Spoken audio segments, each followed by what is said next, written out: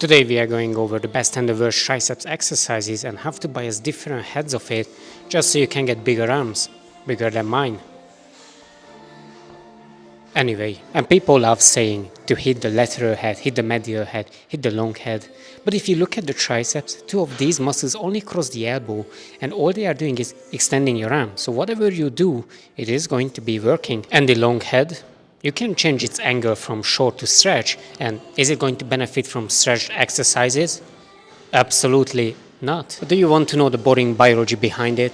No, you just want to get jacked. And you often hear people say that the French press is a dogshit exercise, but why would it be? Oh, but your elbows are flared and the dumbbell is hitting your back and it's bad for your shoulders, but it's not. If you raise your arm now, it is naturally going to be flat. So that's the default position. And what if it's not biasing the long head of the triceps well? It is still going to train it. At the end of the day, you are just trying to train your triceps and get jacked. And if it's putting meat on your bone, then it's a smash. Triceps bench dips.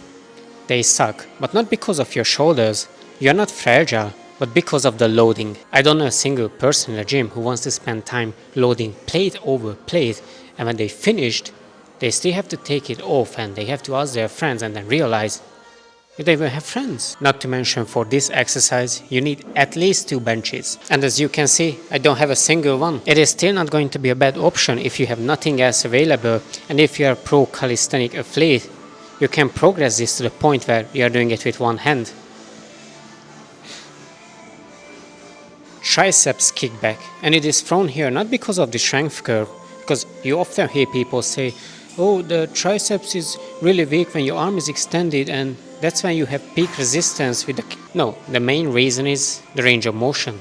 Half of it is non-existent and the rest is just dog shit. Now let's be honest, we don't know how important it is, but I'm still team full range of motion. And you know, it doesn't hurt if you have resistance throughout the range of motion, and it doesn't have to be peak. At some point it has to be peak though. But you can quickly make this better if you are doing it on a cable, because at least with that you are going to have some form of tension throughout the range of motion. But you can still top this off by doing the most advanced change, and it's standing up. I know, it's the same exercise. Shocking. And my absolute favorite is the triceps dips, because you can overload the triceps really well with this exercise. But then the question is, what does it matter? It's true, your muscles don't see the weight what you are lifting, so in this case it doesn't actually matter, but it's still going to be a great way to train it. It is going to train all head of the triceps, but the question is, what head is going to be biased? And this question usually blurs your focus and you lose what's important, and that is pushing your sets close to failure and progressing the exercise. If your arms are getting bigger, nobody's going to ask you, oh, what exercise biased those muscles? But it is going to be long head anyway.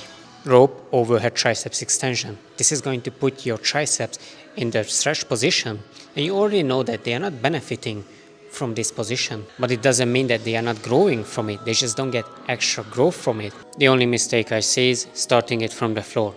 Please, just raise the cable height higher, so you only need to bend your knee a tiny bit, and when you are close to the end and fail and finish, you don't have to dislocate your shoulder.